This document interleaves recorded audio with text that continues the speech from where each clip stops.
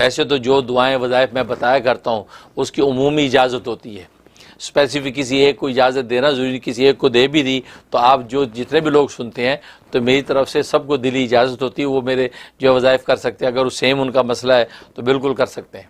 बारे में मैं तो क्या आपकी तारीफ करूं, बस आपको देखता हूं, आपके नूरानी चेहरे से आपके होश भी मुनव्वर हो जाते हैं।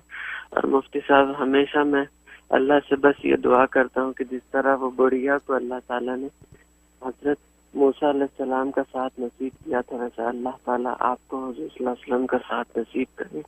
और जिस तरह अवैस करनी शफात करेंगे उसी तरह आप हम जैसे आपके अदना बेहैसियत मुरीदों की शफात करे और हमारे जन्नत जाने का जरिया बने। मुफ्ती साहब, मेरे 3 सवाल है छोटे छोटे। एक तो ये कि मैं एक डिकेड से जो काम कर रहा हूँ उसमें हर चीज में मैं बस नुकसान ही देखता हूँ, सिर्फ और सिर्फ नुकसान है, सिर्फ और सिर्फ नाकामयाबी है।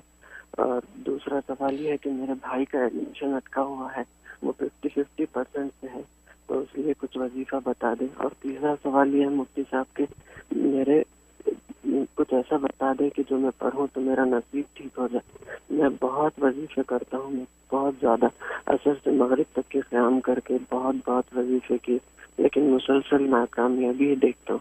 तो मुफ्ती साहब आप कुछ प्लीज रहनुमाई कर दें।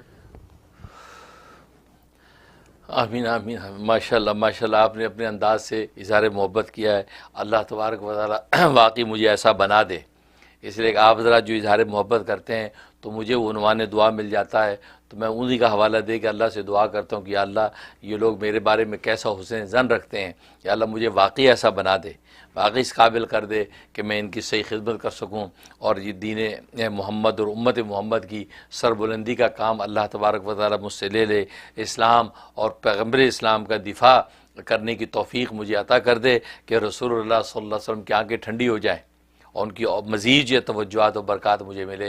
तो मैं तो ख़ुद ये दुआ करता हूँ, और ये आपने जिस अंदाज़ से जो है वो इज़हार मोहब्बत किया है, अल्लाह तबारक व तआला हमें ज़ाहिरी बातिनी हर तरह के अनवारात अता फ़रमाए कि ज़ाहिर का नूर भी मिले, बातिन का नूर भी मिले।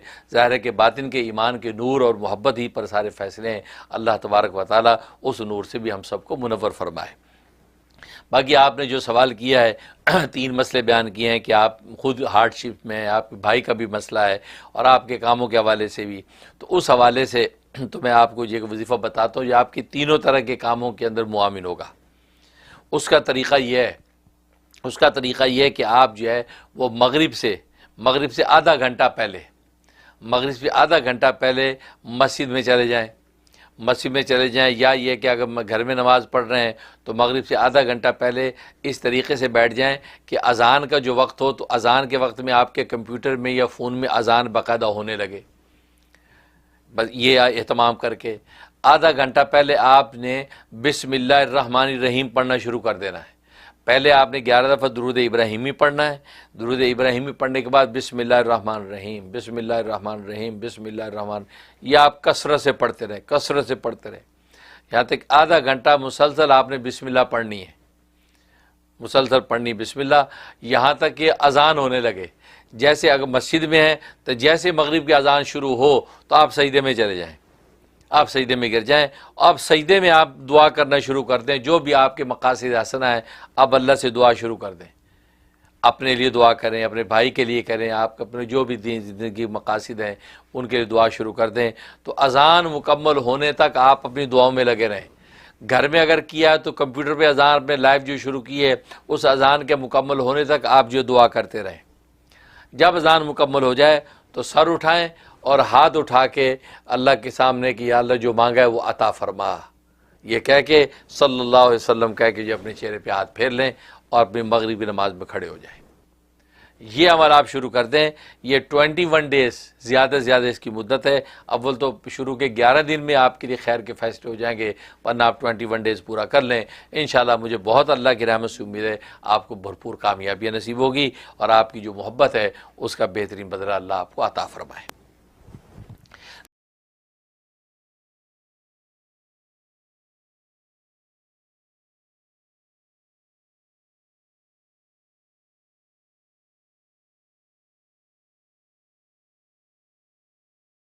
सबसे पहले तो टेलीफोन के जो डेज हैं उसके बारे में आप सब बात नोट कर लें।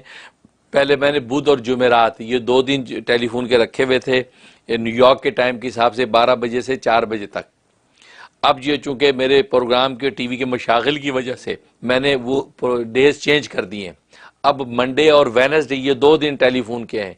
मंडे को फ़ोन कर सकते हैं आप 12 बजे से लेकर 4 बजे तक न्यूयॉर्क के टाइम के हिसाब से। इसी तरीके से या वेडनेसडे को कॉल कर सकते हैं 12 बजे से 4 बजे तक।